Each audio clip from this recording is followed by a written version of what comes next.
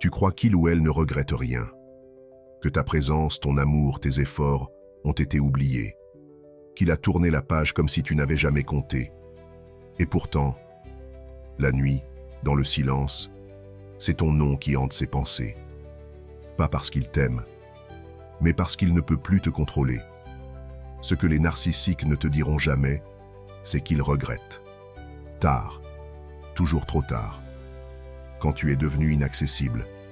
Et cette douleur, ils ne peuvent ni l'admettre, ni la fuir.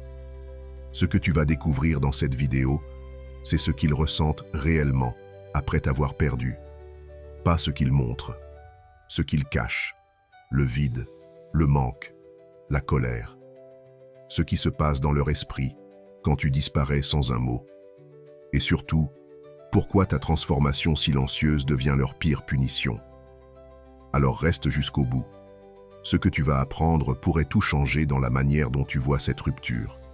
Et si tu es, ou si tu as été dans cette situation, laisse un like pour montrer que tu reprends le pouvoir. Tu peux aussi partager ton histoire dans les commentaires ou simplement écrire un mot. Même un simple merci suffit. Car parfois, c'est juste ça dont on a besoin, savoir qu'on n'est plus seul. Il y a une vérité que beaucoup découvrent trop tard. Les narcissiques finissent presque toujours par regretter. Ils le cachent, ils le nient, ils le camouflent derrière de l'arrogance ou de l'indifférence. Mais le regret les hante, sournois, silencieux, souvent lorsque tu as déjà tourné la page. Regarde Marilyn Monroe, icône absolue, belle, adulée, entourée. Mais dans l'intimité, elle s'effondrait face aux hommes narcissiques qui contrôlaient son image, son esprit, ses choix. Elle a vécu ce que vivent beaucoup, donner tout et n'avoir en retour que des silences et des absences. Un amour égoïste, jamais réciproque. Et plus tard, ces mêmes hommes ont parlé d'elle avec une nostalgie tremblante. Regret. Trop tard. Ou encore Amy Winehouse. Son ex-partenaire, Blake Fielder Civil, a reconnu publiquement des années après sa mort. Je l'ai détruite. Pourtant, à l'époque, il la manipulait, l'éloignait de ses proches, l'isolait. Ce n'est qu'en la perdant qu'il a compris ce qu'il avait vraiment eu. La vraie tragédie, c'est qu'il n'a réalisé sa valeur qu'après l'avoir ruinée. C'est le schéma. Toujours. Une étude menée par l'Université de Buffalo a révélé que les personnes ayant des traits narcissiques regrettent davantage leurs pertes amoureuses que les autres, mais uniquement dans le silence et l'absence totale de réaction. Ils ne ressentent pas le manque pendant la relation, car ils ne s'attachent pas de manière saine. Ils s'attachent au contrôle. Et ce contrôle, tu l'as enlevé en partant. C'est là que le regret commence. Et toi, peut-être que tu t'es retrouvé là, à chercher à comprendre, à recoller les morceaux, à penser que c'était ta faute, à croire que si tu avais été plus patient, plus présent, plus cool, tu aurais pu le ou la sauver. Mais la vérité, c'est que le narcissique ne t'aimait pas pour qui tu étais. Il t'aimait pour ce que tu lui apportais, admiration, sécurité, valorisation. Et dès que tu as cessé de nourrir cette image, il a changé. Il s'est éloigné. Pire encore, il t'a fait croire que tu étais devenu moins intéressant. C'est un mécanisme bien connu, documenté en psychologie depuis les années 80, la dévalorisation après l'idéalisation. Mais la boucle ne s'arrête pas là, car ce qu'ils perdent, ils finissent par le comprendre. Pas tout de suite, parfois des semaines, des mois, des années plus tard. Ce qu'ils ont perdu, c'est cette version de toi qui croyait encore en eux, qui aurait tout donné. Et cette version ne reviendra plus jamais. C'est ce qui les hante. La thérapeute américaine Dr Ramani Durvasula, spécialiste des relations toxiques, l'a répété dans des centaines d'interventions. Le narcissique ne regrette pas qui tu es. Il regrette que tu sois parti avec la partie de lui qu'il contrôlait. Et c'est là que tu commences à reprendre le pouvoir. Pas quand tu expliques, pas quand tu attends, mais quand tu deviens silencieux, quand tu guéris, quand tu avances. Tu crois qu'il ou elle s'en fiche, qu'il ou elle vit mieux sans toi. Détrompe-toi. Une étude menée sur plus de 400 ex-participants à des relations toxiques a révélé que 64% des narcissiques avaient tenté un retour discret ou détourné dans les 12 mois suivant une rupture. Pas parce qu'ils ont changé, parce que le manque de pouvoir les dévore. Et ce que même les plus grands narcissiques ne peuvent fuir, c'est ce moment précis où ils se retrouvent seuls avec eux-mêmes. Pas en surface, en profondeur. Et là, il n'y a plus rien pour combler le vide, sauf le regret. Et ce regret, tu n'as pas besoin de le provoquer. Tu n'as pas besoin de le voir. Tu dois seulement savoir qu'il existe et que ta liberté est déjà une forme de justice. Il y a un bruit que les narcissiques ne supportent pas. Ce n'est ni un cri, ni une plainte. C'est ton silence.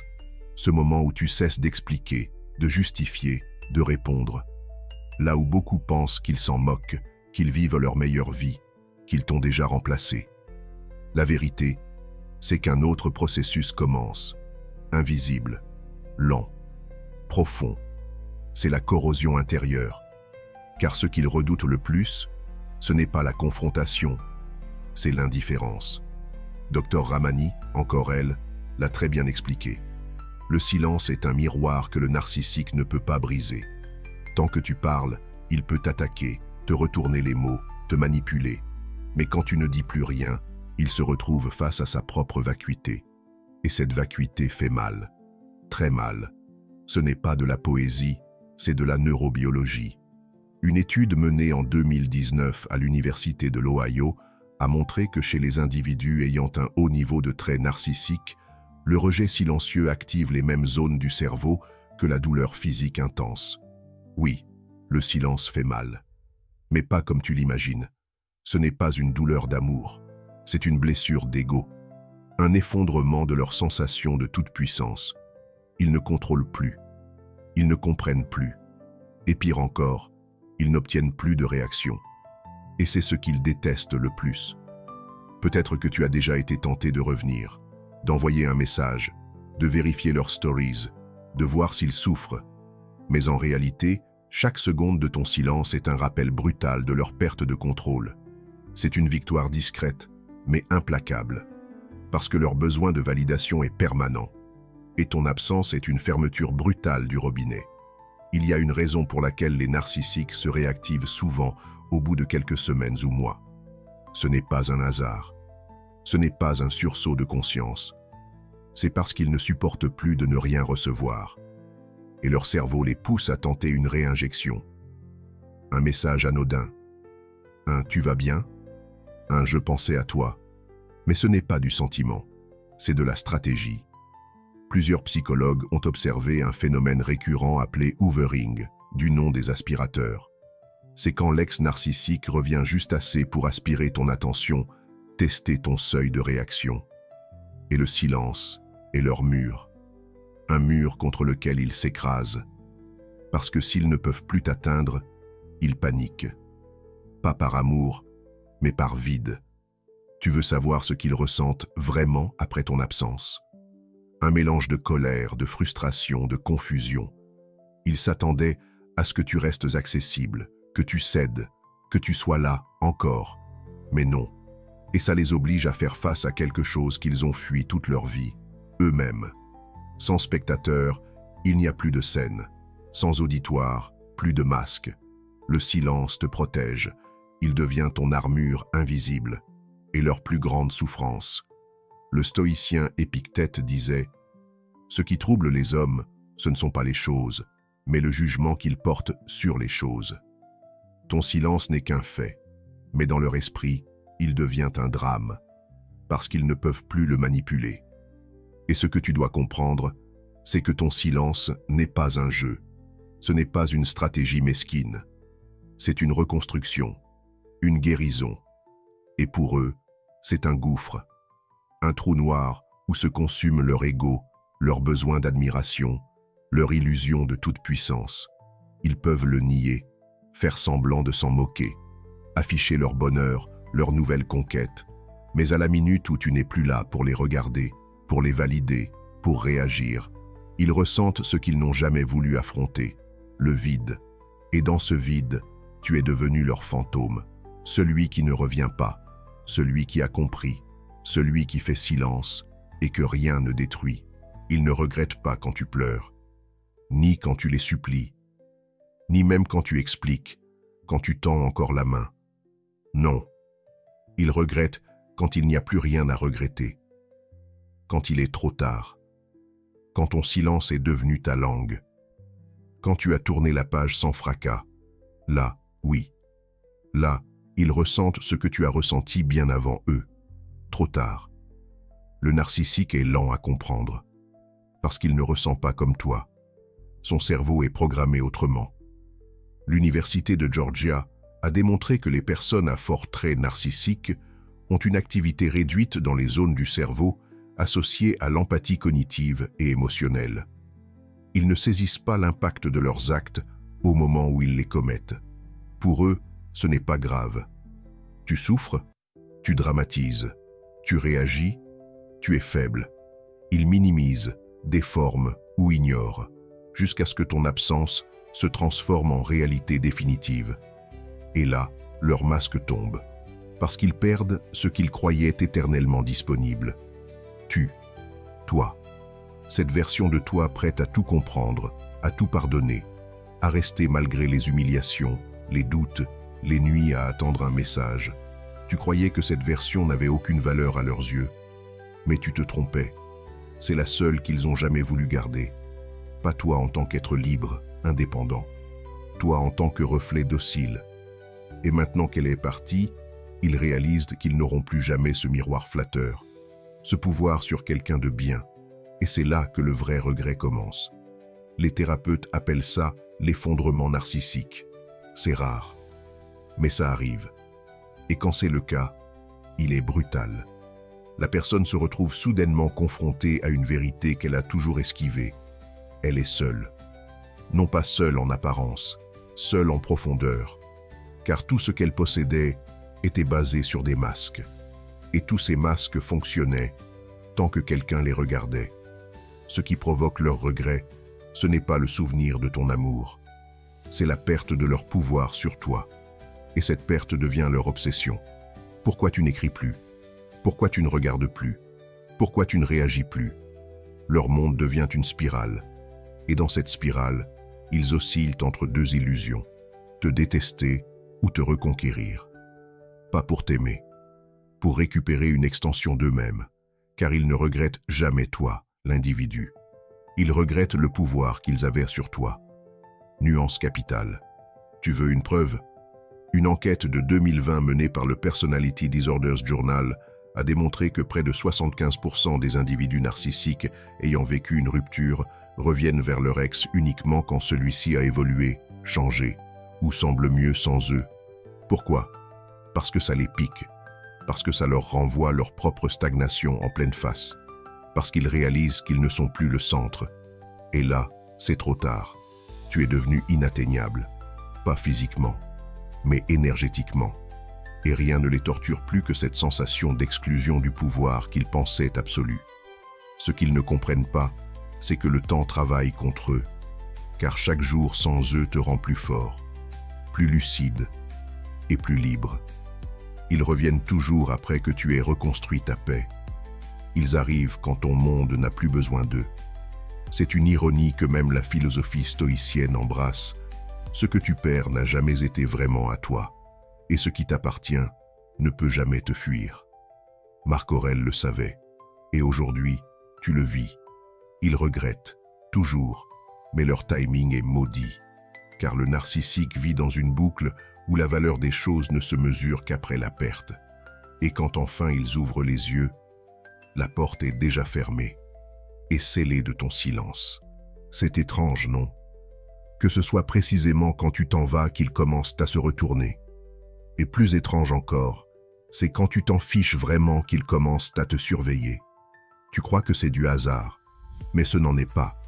C'est une mécanique précise, une équation psychologique que peu comprennent, mais qui agit comme une décharge électrique dans leur monde. Regarde Shakira. Sa rupture publique avec Gérard Piqué a déclenché une onde mondiale, mais aussi un exemple clinique de ce que devient un narcissique exposé au détachement total.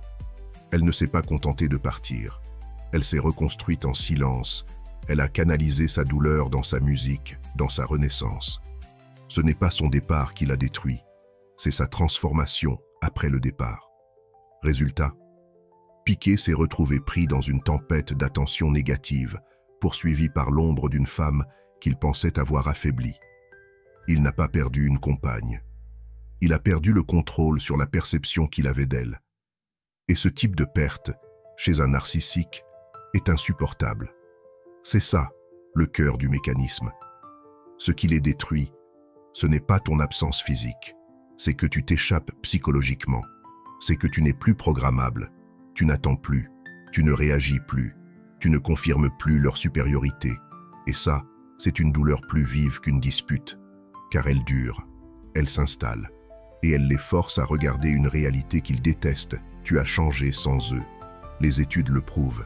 Une publication de Frontiers in Psychology en 2021 démontre que le cerveau narcissique réagit au rejet par une élévation du stress comparable à celle ressentie lors d'un licenciement brutal ou d'un rejet social intense. Ton détachement est vécu comme une attaque directe, non pas parce qu'ils t'aiment, mais parce que tu ne leur appartiens plus. Et tu sais pourquoi ça leur fait si mal? Parce que, pour la première fois, tu n'es plus dans leur scénario. Ils ont passé leur temps à te modeler, à écrire ton rôle, à choisir ton costume. Victime, sauveur, amoureux dépendant. Et soudain, tu t'en vas. Sans scène, sans applaudissements, sans explication. Tu changes de pièce. Tu sors du théâtre, et leur pièce s'effondre. Mais ce qui est encore plus puissant, c'est que ton détachement est silencieux. Il n'implore pas, il ne se venge pas, il ne crie pas, il vit. Et le narcissique ne comprend pas ça. Il comprend la colère, il comprend la jalousie, il comprend la dépendance. Mais la paix, non. La paix, chez toi, devient pour lui une agression, une énigme, une menace. C'est exactement ce que le stoïcisme enseigne. Épictète disait « Il y a des choses qui dépendent de nous et d'autres qui n'en dépendent pas. » Tu as repris la seule chose qui t'appartient vraiment, ta perception, ton regard sur toi-même, ton calme. Et cette maîtrise, pour eux, est un mur qu'ils ne peuvent pas franchir. Regarde Frida Kahlo. Elle a été abandonnée, trahie, humiliée par Diego Rivera. Mais elle n'a jamais sombré dans la vengeance. Elle a transcendé sa douleur dans l'art, dans l'intellect, dans la couleur. Et lui, il a passé des années à admettre que sans elle, il n'était plus rien. Il n'a pas regretté son départ.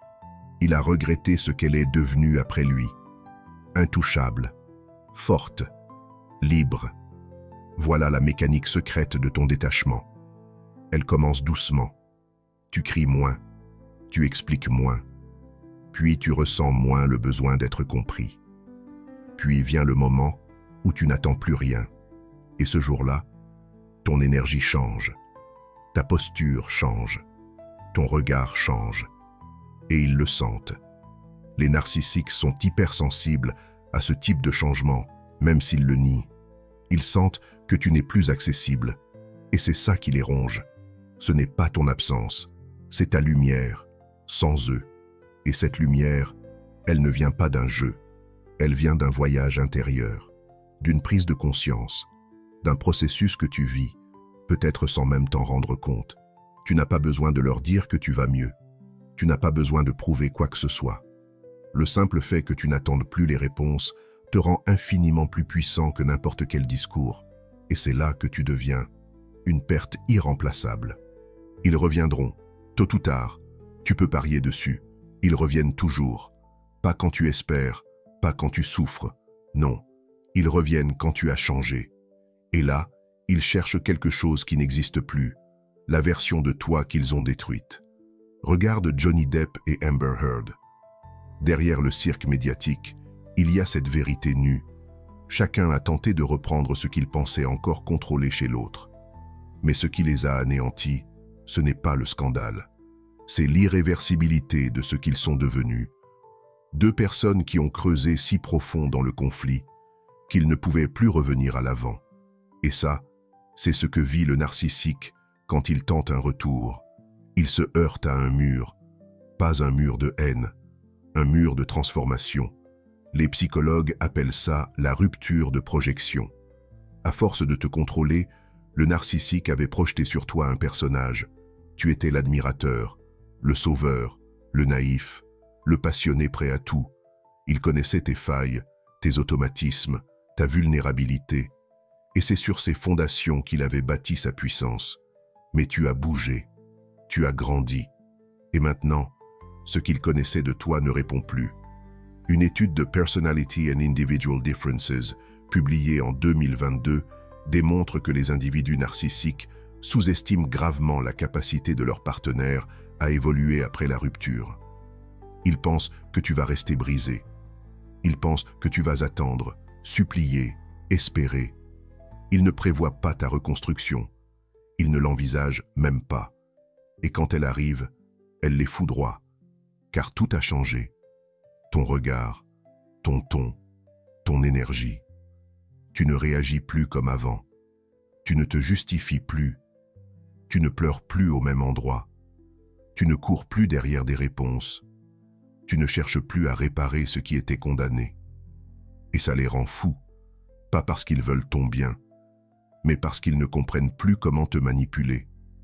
Ils cherchent alors à te ramener en arrière, à réactiver l'ancien toi, celui qui doutait, celui qui répondait, celui qui tremblait à l'idée de les perdre.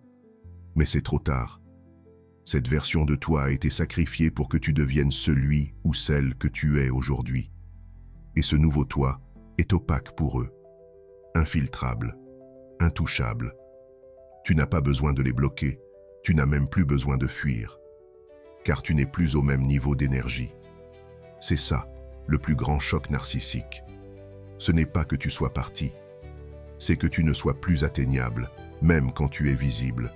Ton évolution devient leur impuissance. Regarde Britney Spears, après des années sous tutelle, enfermée, vidée de son autonomie, elle s'est levée, en silence. Elle a repris le contrôle de son corps, de ses mots, de son histoire. Elle n'est plus la jeune fille docile, et les hommes qui l'ont exploitée ne peuvent plus revenir. Ce qu'ils aimaient chez elle, ce n'était pas elle, c'était sa soumission. Et cette soumission est morte. C'est ce que tu es en train de faire, toi aussi. Tu n'as pas juste tourné la page, tu as changé de livre. Et même si le narcissique retrouve ton numéro, ton adresse, ton visage, il ne retrouvera jamais celui ou celle que tu étais. Tu sais pourquoi? Parce qu'il ne t'a jamais vraiment connu. Il a aimé l'image qu'il avait de toi. Il a utilisé ce que tu représentais. Mais il n'a jamais regardé ton âme. Il n'a jamais respecté ton monde intérieur. Et maintenant que ce monde a mûri, il est trop vaste pour lui. Et c'est ça qui les hante. Pas la perte, pas le souvenir, l'impossibilité du retour. Ce moment où ils prennent conscience qu'ils ne pourront plus jamais marcher dans ta vie comme avant, que tu n'es plus leur terrain de jeu, que la porte qu'ils claquaient autrefois n'existe plus. Ils croyaient que tu allais chercher la vengeance, que tu allais vouloir leur faire mal comme ils t'ont fait mal, qu'un jour tu te lèverais pour crier leur nom, exposer leurs mensonges, leur renvoyer leur poison à la figure. Mais rien ne s'est passé. Tu n'as rien dit, tu n'as rien cherché, et tu n'as rien réclamé. Tu t'es juste éloigné, tranquillement. Et sans le savoir, tu as signé leur condamnation la plus silencieuse, la plus redoutable, ta paix. C'est là que tout bascule. Car là où ils s'attendaient à une guerre, ils trouvent un désert. Aucun combat, aucun cri, aucun drame à retourner contre toi. Juste toi, calme. C'est le pire scénario pour un narcissique, car ils ont besoin de chaos pour exister, besoin de ton énergie pour briller, besoin de ta colère pour justifier la leur. Mais ta paix, elle les laisse seuls, face à leur vide, face à leur théâtre éteint. La vengeance est une tentation. Elle attire, elle donne l'illusion du pouvoir, mais en réalité, elle t'enchaîne encore à eux. Elle te maintient dans la dépendance énergétique. Et c'est ce que la sagesse stoïcienne enseigne depuis 2000 ans. Sénèque disait « Celui qui se met en colère face à une offense se met en esclavage face à l'offenseur. » Le pardon stoïcien, ce n'est pas de minimiser la douleur, ce n'est pas d'excuser l'inexcusable, c'est de refuser que ta vie tourne autour de ça. Le narcissique attend que tu restes dans le passé, que tu continues à expliquer ce qu'il a fait, que tu t'enfermes dans le rôle de la victime brillante, mais brisé. Mais toi, tu es passé ailleurs. Et c'est là que tu gagnes. Une étude de l'université de Stanford a montré que les individus ayant pratiqué le pardon profond, non religieux mais rationnel et philosophique, avaient une réduction de 27% des marqueurs inflammatoires liés au stress chronique. Pardonner, dans ce cas, n'est pas une faveur à l'autre. C'est un soin que tu t'offres à toi-même. Et c'est ce que le narcissique ne pourra jamais comprendre. Il ne comprend pas que tu ne sois plus en train de parler de lui. Il ne comprend pas que tu puisses guérir sans l'écraser, que tu puisses sourire sans le mentionner, que tu puisses aimer à nouveau sans chercher à le rendre jaloux. Pour lui, tout tourne autour de l'ego. Pour toi, désormais, tout tourne autour de ta liberté. Regarde Nelson Mandela. 27 ans de prison, torturé, humilié, effacé. Et pourtant, à sa sortie, aucun cri de vengeance. Seulement cette phrase. En quittant cette cellule, si je ne laissais pas ma colère derrière moi, je restais prisonnier. C'est ça, la grandeur. Ne pas excuser, mais ne pas transporter le poison plus loin. Tu ne peux pas guérir dans l'énergie de celui qui t'a blessé. Tu ne peux pas reconstruire ta paix en tenant la main de celui qui l'a brisée. Alors tu as lâché. Tu n'as pas frappé. Tu n'as pas hurlé. Tu as lâché. Et ce lâcher-prise, c'est ce qui t'a élevé, ce qui t'a guéri, ce qui t'a séparé, une bonne fois pour toutes. Et pendant ce temps, eux restent coincés dans leur boucle, à espérer une réaction, à tendre des pièges émotionnels, à chercher à savoir si tu les détestes encore. Car pour eux, la haine est une preuve d'attachement. Mais tu ne les hais plus, tu ne les aimes plus non plus. Tu as dépassé les deux, tu es ailleurs, là où ni leur regard, ni leur mépris, ni leurs regrets n'ont plus d'effet. Ta paix est devenue leur peine, non parce qu'elle est violente, mais parce qu'elle est inatteignable pour eux. Ils n'ont jamais su la cultiver. Ils ne peuvent donc pas la comprendre. Et c'est ça, leur vraie punition. Alors ne dis rien, ne réponds pas, ne retourne pas dans l'arène. Continue à bâtir ta paix comme un royaume sacré. Ce royaume qu'ils ne visiteront plus jamais, et que, dans leur solitude, ils finiront par regretter, sans jamais pouvoir y revenir.